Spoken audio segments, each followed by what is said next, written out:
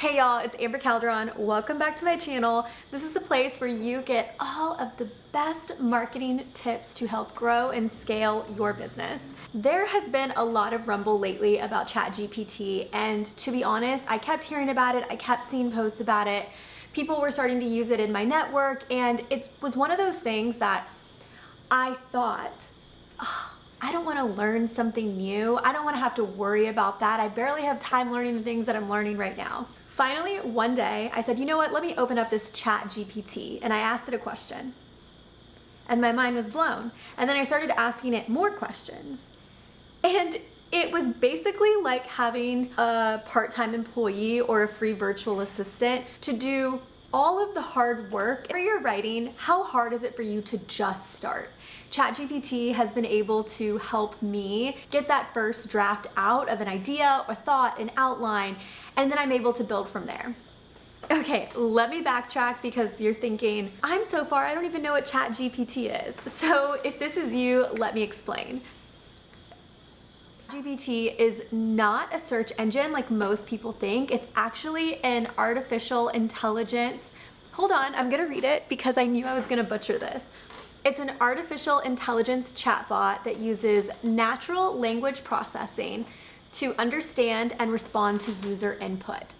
So it's basically like a robot friend that you can talk to and it answers your questions. And it's also like having that person know a bunch of different things and tell you what those things are. So it is not a search engine like people think it is.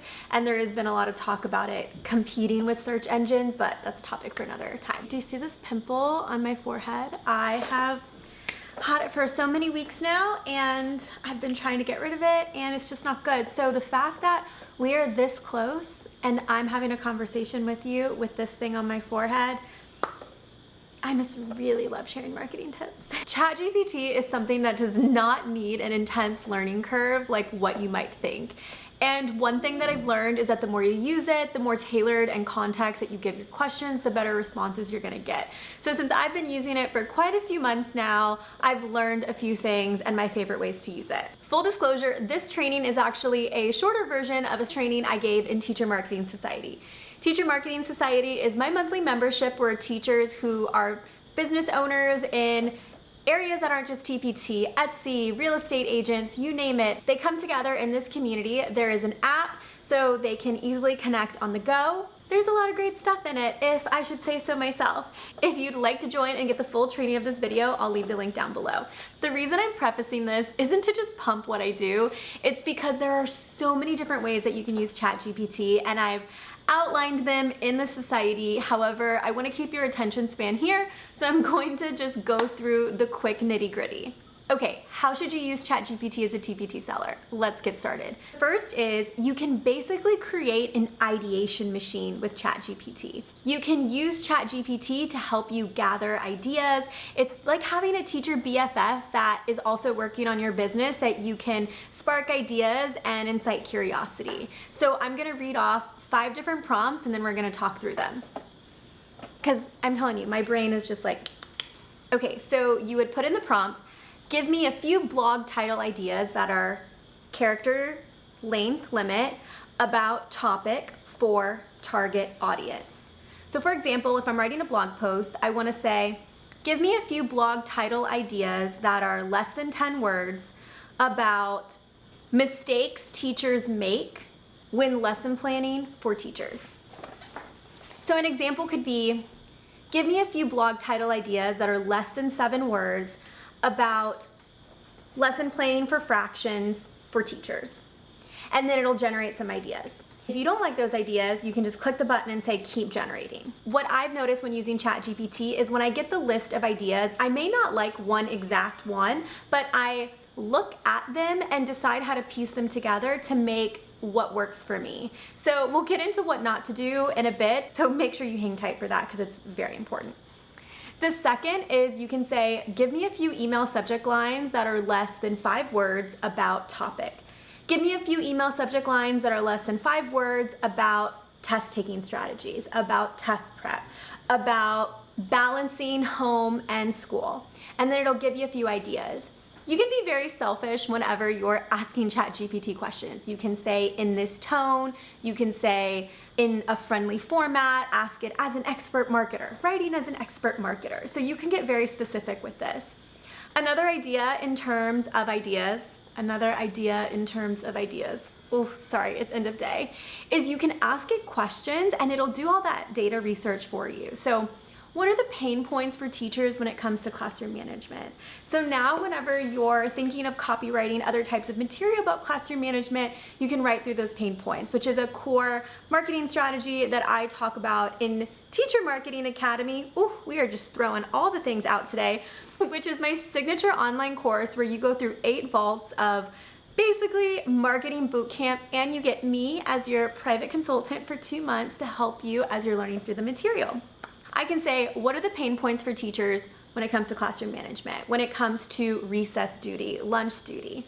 Another idea is you can say, give me a list of mistakes audience makes about topic and how to fix them.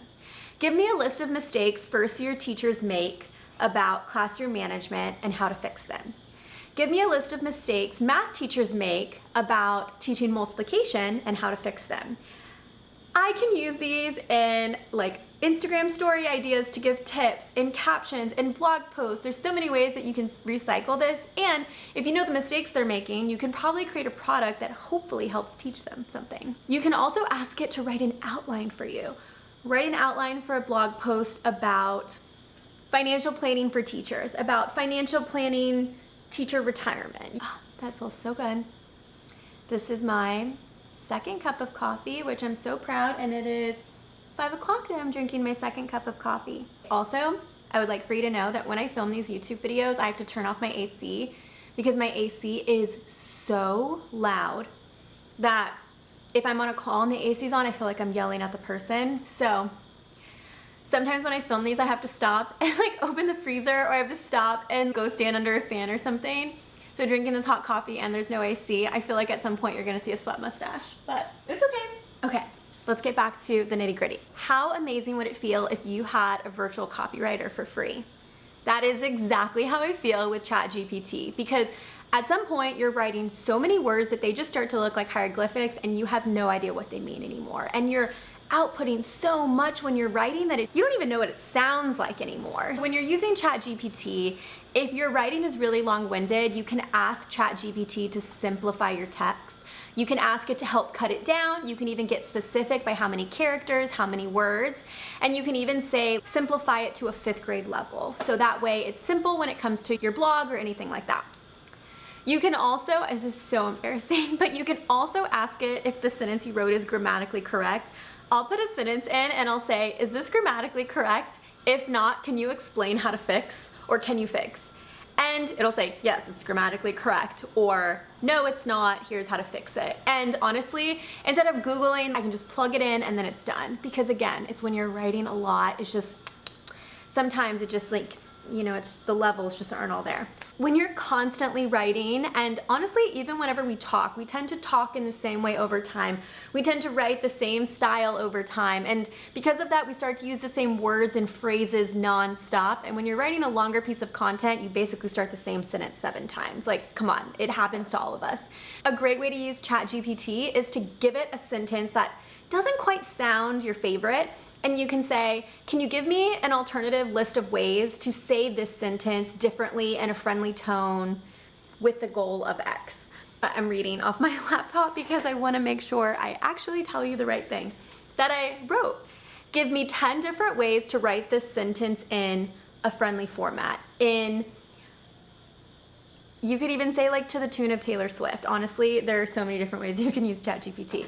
So you basically get a virtual copywriter. So think of all the things that you would love to ask a copywriter and have them do, and you can test it with Chat GPT first. And if some of you have a virtual assistant that's doing copywriting, I encourage you to try to use Chat GPT to a certain extent, and then that might offload some hours with that virtual assistant and or free them up to do some other strategic part of your business. So the point isn't to dismiss human-centered writing, which I'm gonna get into later.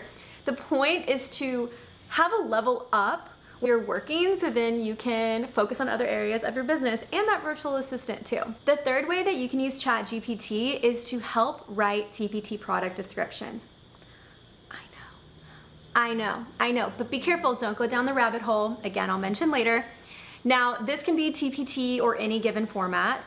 You can give Chat GPT prompts and then constraints to work in, so then it can write out the first draft for you. You wanna make sure that you tweak it and check it for validity. Write a product description for this product and include the keywords, and then add the keywords, and then it will plop out a outline for you.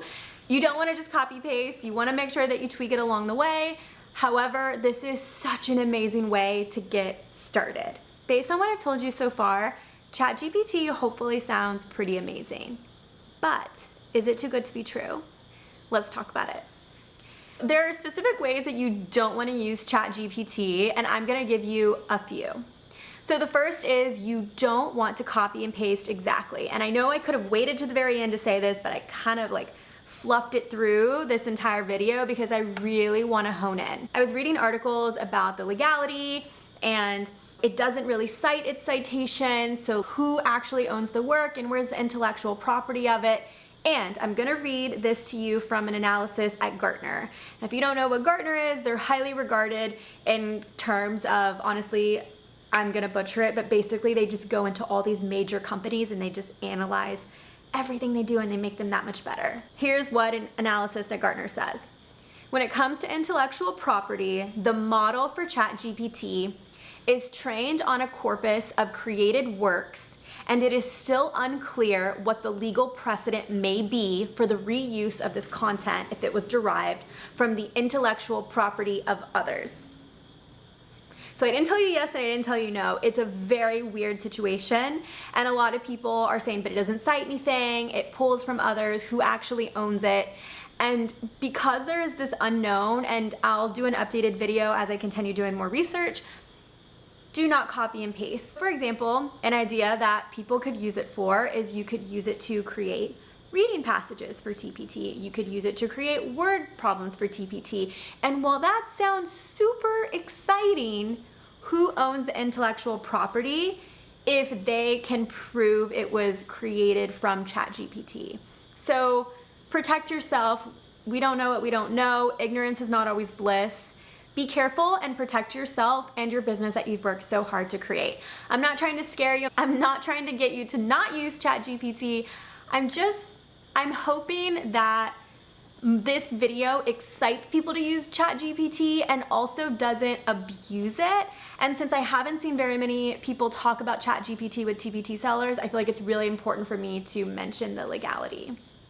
I know I mentioned the virtual assistant earlier, and also how you can help them before you give them certain work. And one of the things I've noticed with Chat GPT specifically is that it's not a human writing the content, right? It's an AI, and that's pretty robotic. While it can write for you, it can't come up with that punchy, creative, innovative type of copy that creates that play on words. It's just not there. The copy that excites people in a really unique way.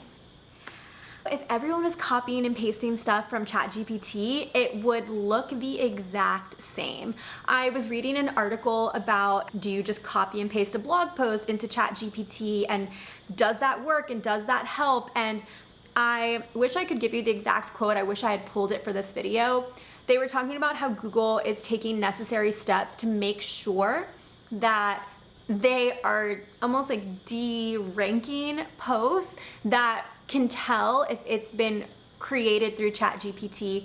And there are also a few tools that have been created that you can analyze text to see if it has been created through Chat GPT. So people are trying to figure out how best we can moderate this newfound approach that really will change the way everyone works. I truly feel that it's one of those things that if you don't jump on it, you're gonna be so far behind in the terms of where tech is going. That's all I got, period. Another thing you wanna make sure is you also wanna check it for validity, because Chat GPT can make mistakes. There have been times where I've put stuff in there and I've said, can you rewrite this to 300 characters? And then I plug it in the thing, because I'll plug it in to check and then I'll tweak it. And it didn't fit because it was too long. So if it's wrong about that, it can be wrong about other things. There are times that it can also have incorrect information. And so you wanna make sure that you are proofreading in a way to make sure that you're covering your bases, especially if you're doing it for work that is a representation of you and your business. Wow, I cannot believe I only gave you 3 ways to use Chat GPT for TPT sellers because there are so many different ways that you can use it. I went through probably about 20 something in the training in the society. Again, I'm gonna link it down below. I would love for you to join the community. I would love to work with you.